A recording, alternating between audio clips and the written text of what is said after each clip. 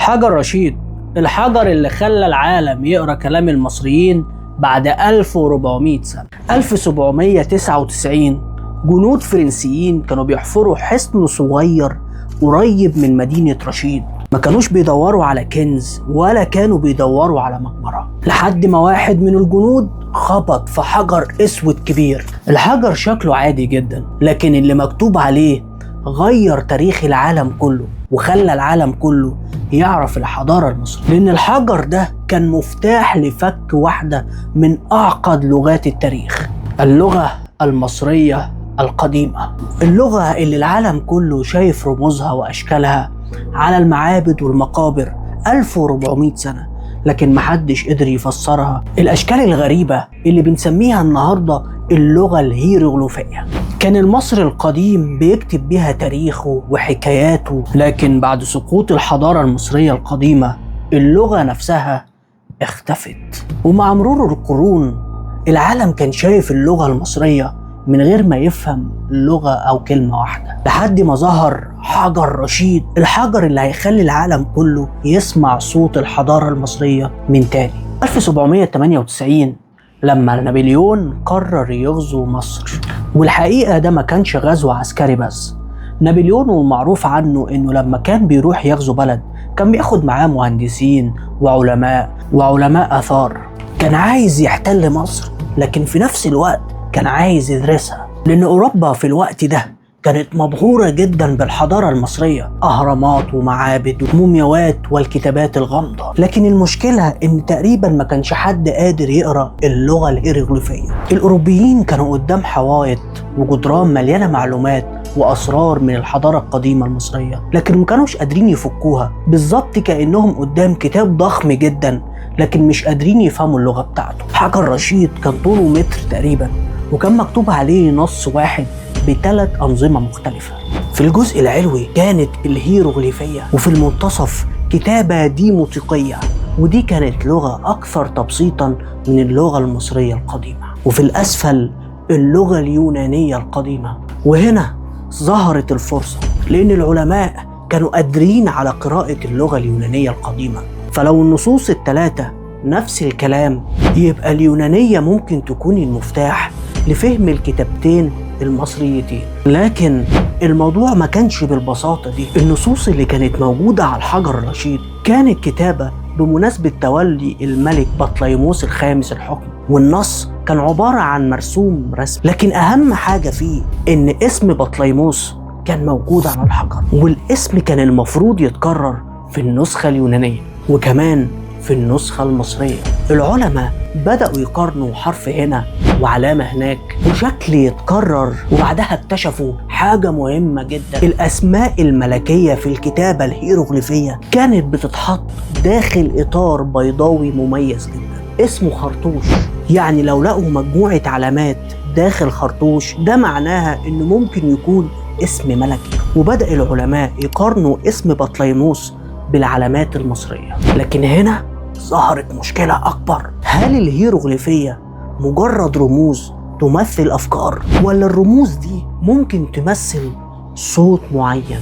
يعني هل صورة أسد معناها أسد بس، ولا ممكن تمثل صوت معين؟ وهنا ظهر راجل عنده فكرة مختلفة تماما اسمه جان فرانسوا شامبليون. شامبليون كان مهووس بالحضارة القديمة من وهو صغير، كان بيحاول يتعلم لغات قديمة، اتعلم اليونانية واللاتينية والعبرية والقبطية كانت مهمة جدا، لأن شامبليون كان مؤمن إن اللغة القبطية اللي كان المصريين المسيحيين بيتكلموها ممكن تكون آخر مرحلة اتطورت منها اللغة المصرية القديمة. يعني المصري اللي كان بيتكلم قبطي ممكن يكون لسه شايل في لغته بقايا من اللغة المصرية القديمة. وبدأ شامبليون يقارن كلمة قبطية بكلمة مصرية قديمة، بدأ يقارن باسم ملك برمز موجود على الجدران. كان مقتنع إن الهيروغليفية مش مجرد صور وخلاص، لكن نظام كامل للكتابة. بعض الرموز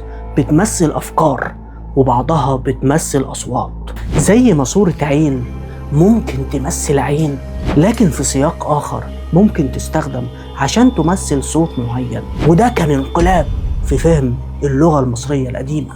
شامبليون كان بيقارن أسماء الملوك بطليموس وكليوباترا وأسماء تانية كتير. كل اسم كان مكتوب داخل خرطوش، وكل مرة كان يلاقي صور مشتركة. رمز معين يظهر في بطليموس وكمان شوية يظهر في مكان معين تاني، ومع الوقت بدأ يربط الرمز بالصوت. وبعدين اكتشف شيء مذهل جدا، الرموز المصرية ما كانتش مجرد صور، كانت لغة حقيقية فيها أصوات وكلمات وقواعد وتراكيب.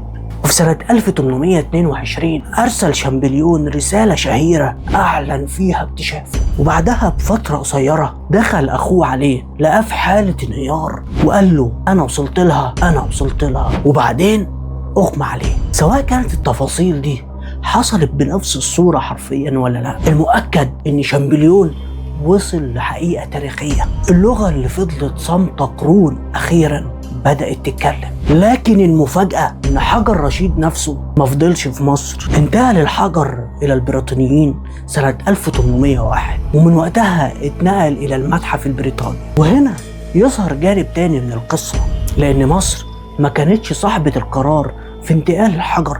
الحجر اكتشف في أرض مصر لكن خرج منها بسبب ظروف الاحتلال، وعشان كده فضل موضوع عودة حجر رشيد إلى مصر محل جدال لحد النهاردة. لكن لو الحجر نفسه خرج من مصر، لكن المعلومة اللي ساعدت العالم على اكتشاف سره كانت موجودة أصلا في مصر، على جدران المعابد وفي المقابر وعلى التماثيل وفي آلاف النقوش. الحجر ما اخترعش اللغة المصرية القديمة، لكنه ساعد العالم على اكتشاف سرها.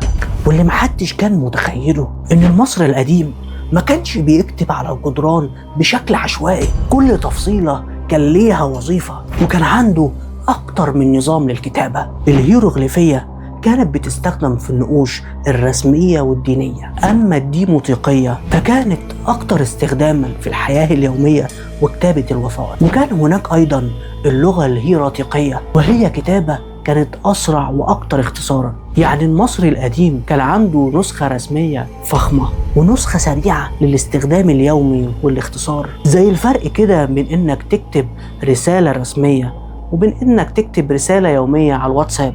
والأغرب إن الرموز الهيروغليفية كانت بتستخدم لأكتر من وظيفة، أحيانا تمثل شيئا، وأحيانا كانت بتمثل صوت معين، وأحيانا كانت بتساعد في تحديد معنى كلمة معينة. يعني النظام ما كانش مجرد صورة وكلمة، ده كان نظام معقد جدا. ولذلك قراءة نقش مصري قديم مش بس مجرد النظر على صورة، بل كانت تحليل للغة كاملة. تخيل إنك واقف في معبد مصري قديم جدا، وقدامك جدار عمره آلاف السنين وعليه اسم ملك وصلوات وتفاصيل عن حرب أو احتفال أو طقس ديني، لكنك مش فاهم أي حاجة، أنت مجرد شايف مجموعة رموز. وبعدين يجي شخص معين بعد آلاف السنين يمسك خيط رفيع جدا اسم ملك، يقارنه بنصوص قديم، يقارن صوت بصوت، وفجأة الجدار اللي كان صامت يبدأ في الكلام.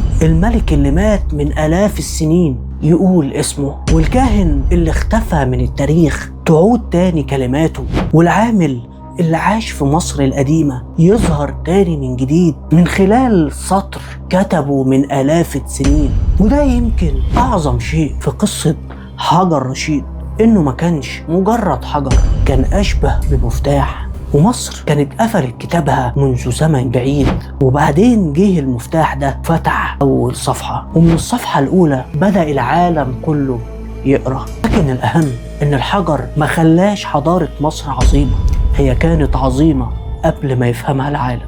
الحجر بس جعل العالم قادر على سماعها ومعرفة كلامها، لأن الحضارات العظيمة لا تختفي تماما، أحيانا هي فقط تنتظر شخص يعرف كيف يقرأ صمتها.